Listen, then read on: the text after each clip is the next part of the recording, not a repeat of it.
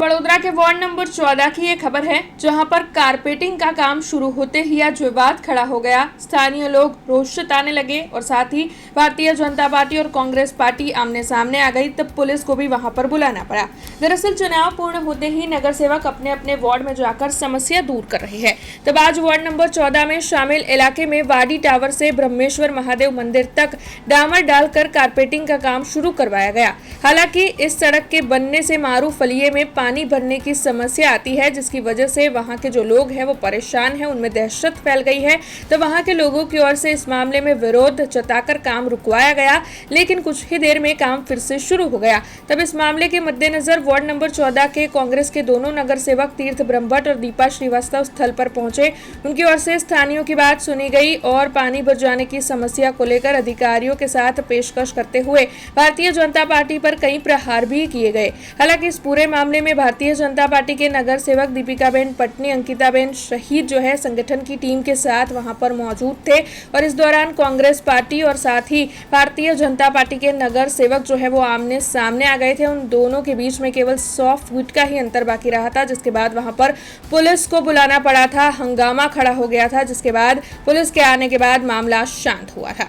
Ward number 14 વિસ્તાર જ્યાં આજરોજ વીએમસી દ્વારા બ્રહ્મેશ્વર વાડીથી વાડી ટાવર સુધી કાર્પેટિંગનું કરવામાં આવ્યું, એ પણ 9,93,000 એટલે ઓલમોસ્ટ 10 લાખના ખર્ચે.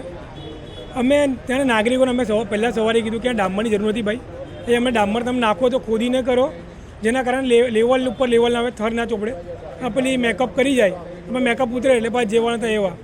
આ વિસ્તારની મુખ્ય સમસ્યા પાણી ડ્રેનેજની સમસ્યા છે, પાણી ભરવાની સમસ્યા છે. તમે એની પર ધ્યાન આપો, ના કે ડામર પર. અમને એવું લાગે છે પોતાના મળતિયાઓને કોન્ટ્રાક્ટ આપીને ક્યાંક ને ક્યાંક ભ્રષ્ટાચાર આચરવામાં આવી રહ્યો છે. કારણ કે તમે જો ડામરની જરૂરત નથી. મેં અધિકારીને પૂછ્યું કે ભાઈ અહીંયા તમે કોઈ ટેસ્ટ કર્યા ડામર નાખતા પહેલાં રોડના, કે રોડ પર ડામરની જરૂર છે કે નહીં? તેની પાસે જવાબ જ નથી. ના ડામરનું ટેમ્પરેચર માપ્યું છે, ના થર માપ્યું છે કે કેટલા એમએમનો છે, એ કહે છે કે પોળમાં થર ઊંચો હોય. મેં પોતે ટેકનિકલ છું, મેં BE સિવિલ ભણેલો છું, મને ખબર છે કેવી રીતે કામ થાય. આ માત્ર ભ્રષ્ટાચારનું કામ છે. એમને તો કાયમ માટેની ટેવ પડી જ છે કે જ્યાં પણ સારું કામ થાય ને ત્યાં રોડા નાખવા ટેવ પડી જ ગઈ છે. તમે જોઈ રહ્યા છો કે એમના સિવાય ઠેક ત્યાંથી જે બ્રહ્મેશ્વર મહાદેવથી અમે રામચોક લગ્યા, કોઈએ ઉપરથી વિરોધ નથી કર્યો, ઉપરથી બધા ખુશ છે. પણ એમને જ્યાં પણ અમારા કામ જે કરતા હોય એમાં એમને કાયમ ટેવ પડી છે રોડા નાખવાની, ને કાયમ માટે એવું કરતા જ રહેશે. ક્યાં પણ કામ થશે ને જેની ટેવ નેગેટિવ હોય નેગેટિવ કરતા જ રહેશે. આ ડ્રેનેજની ને પાણીની સમસ્યા છે, મારુફળિયાની છે. મારુફળિયાના કામો આવી ગયા છે ઓલરેડી, જે અમારા પૂર્વ કાઉન્સિલર ને ધારાસભ્ય સ્વર્ણિમ ગાંઠમાં એ કામો લઈ લીધા છે. આ તો મેન રોડ છે, ક્યાં એમનું મારુફળિયા આવ્યું ને ક્યાં એમનું ઘર આવ્યું ને આ રોડ આવ્યો. આપ બી જોઈ રહ્યા છો મીડિયાના માધ્યમથી કે આ તો મેન રોડ પર છે અને એમનું ઘર ક્યાં છે. એ ત્યાં પણ વરસાદી કાસ આવેલી છે.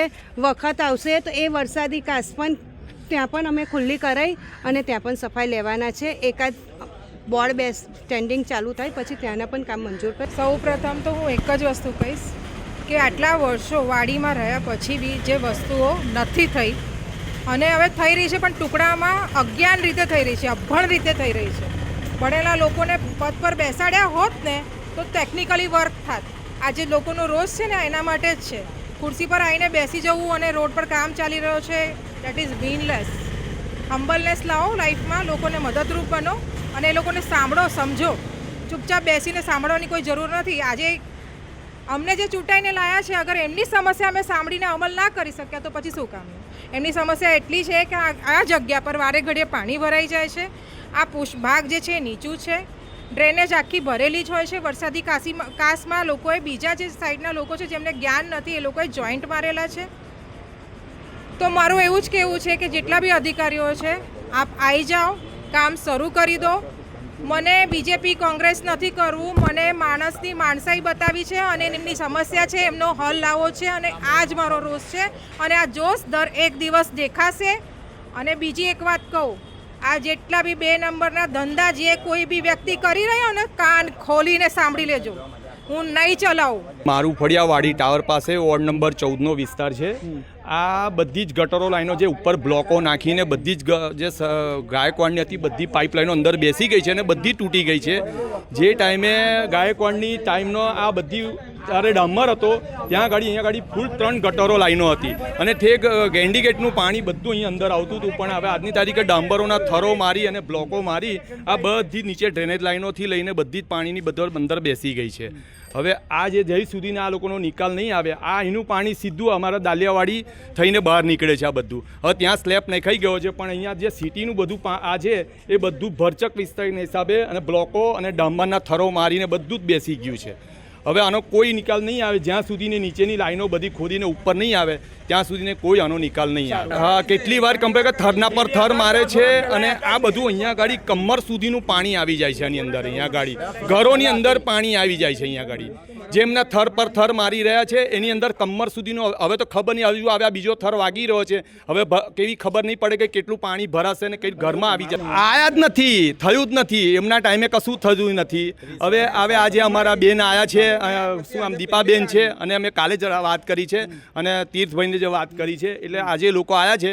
હવે એ લોકોને અમે આજે નવેસરથી છે, કારણ કે સચિનભાઈ આવ્યા ત્યારે અમે બધી જ લાઈનો માપણી થઈ ગયેલી, એન્જિનિયરો બધું આવી ગયેલા, બધું જ પાસ થઈ ગયું. તે કે અમારા કોટામાં નથી આવતું એવું કીધું કે અમે બાળુ સાહેબના ફંડમાંથી અમે હવે ગ્રાન્ટમાંથી કરવું પડશે. પછી જ્યાં ચૂંટણી ઇલેક્શન આવ્યું ને બધું જ અમારું અધૂરું રહી ગયું. અને હવે આ નવી આવ્યું છે, હવે એમાં પાછું આ ઉપર થર લાગી રહ્યા છે. હવે અમારે નવેસરથી આવ્યા દીપાબેનને પણ કાલે જ વાત કરી, એમને પણ અમે કીધું કે આવી રીતે છે કે ભાઈ આવી ત્યાં સચિનભાઈ આવીને ગયેલા, માપણી થઈ ગયેલું, બધું થઈ ગયેલું, માણસ અંદર જોઈને પણ ગયેલા કે આ બધી ડ્રેનેજ લાઈનો તૂટી ગઈ છે. પણ હવે આ નવેસરથી અમારે કરવાનું રહેશે. हमसे जुड़े रहने के लिए हमारे YouTube चैनल को सब्सक्राइब करें और नई वीडियो की नोटिफिकेशन के लिए बेल आइकॉन को दबाएं